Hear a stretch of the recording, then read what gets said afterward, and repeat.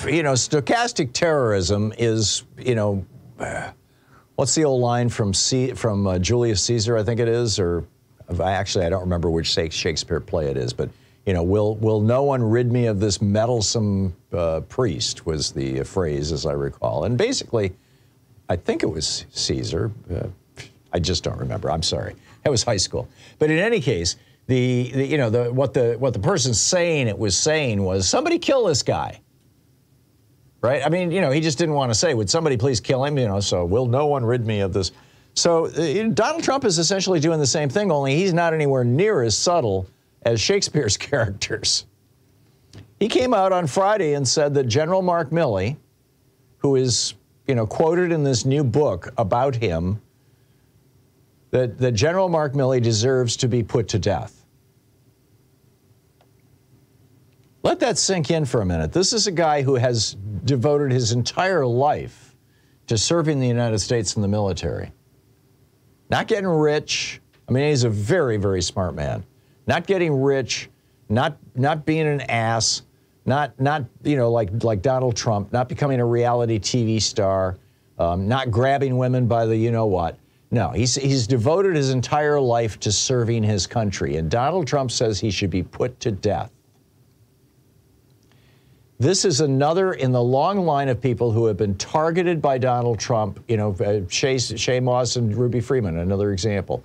I mean, there's just example after example after example. Donald Trump targets somebody, and pretty soon they get death threats. They have to move. They have to leave. Rusty Bowers, the Speaker of the House of Representatives in Arizona, when he spoke up about, Trump's illegal attempt to overthrow the election in Arizona, he had people, he had like Proud Boys and stuff outside his house harassing him and heckling him with guns as his daughter lay dying. I mean, these people have no soul, no conscience, no heart, and they're willing to kill. And Donald Trump knows it.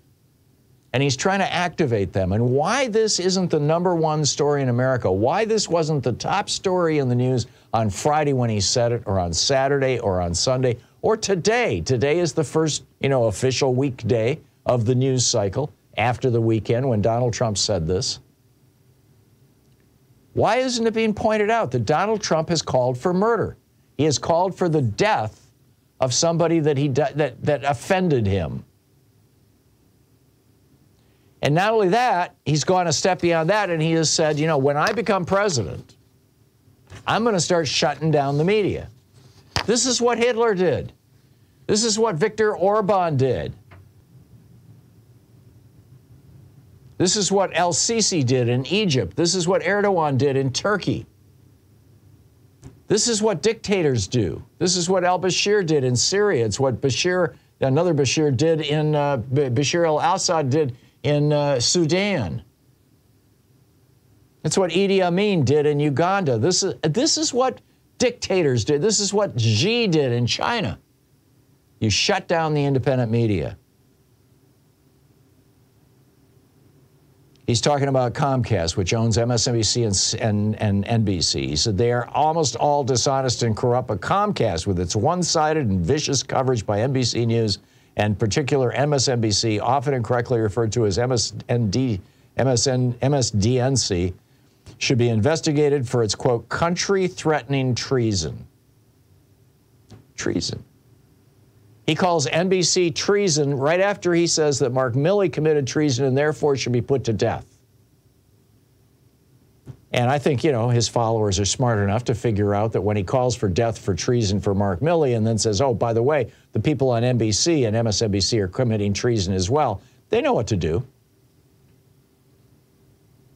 He says, I say upfront, openly, and proudly that when I win the presidency of the United States, they and others of the lame street media will be thoroughly scrutinized for their knowingly dishonest and corrupt coverage of people, things, and events. And he called them, again, the enemy of the people. The phrase that Hitler used and that Stalin used. He said the fake news media should pay a big price for what they've done to our once great country. Now, what they've done to Donald Trump. I mean, this is beyond the pale. And the media is like, oh yeah, it's Monday, It's It's not like the day that Donald Trump called for the death of the media, but it is. You're listening to the Thom Hartmann Program. Call 202-808-9925. Would be our constitutionally protected media. Anybody ever heard of the First Amendment? Trump wants to undo our Constitution. He said so. I also wanted to let you know, particularly those of you who have called into our program in the last 4 or 5 years, Sean, is how long Joyce worked with us. Joyce Nance, her last name is Nance. Joyce also, and I don't think I think I have mentioned it on the air a couple of times, but Joyce is also an author. If you go over to Amazon and plug her name in, Joyce, Nance, you'll find several of her books over there. She writes thrillers, murder mysteries. But she was diagnosed with stage 4 metastatic lung cancer that has already spread into her bones. When she quit her job here, we thought she just needed a chiropractor, and we learned several days later how bad this diagnosis was. And her family, her daughter has put a GoFundMe page up to help her pay her bills. I made a donation last night.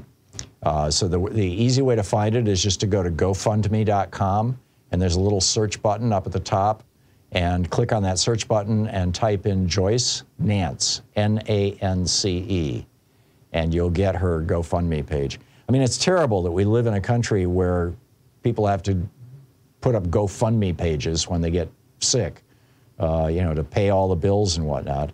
And Joyce and her wife, Gail, are no doubt having a really, really tough time now. She's started radiation and chemotherapy, and this is going to be tough. This is going to be a real battle for her. And the odds are stacked against her, and we all need to help however we can. So if you have any sort of particular affection for Joyce, Joyce Nance, Nance, over on GoFundMe, will get you there. And let's see if we can get those contributions up a little bit to help her out.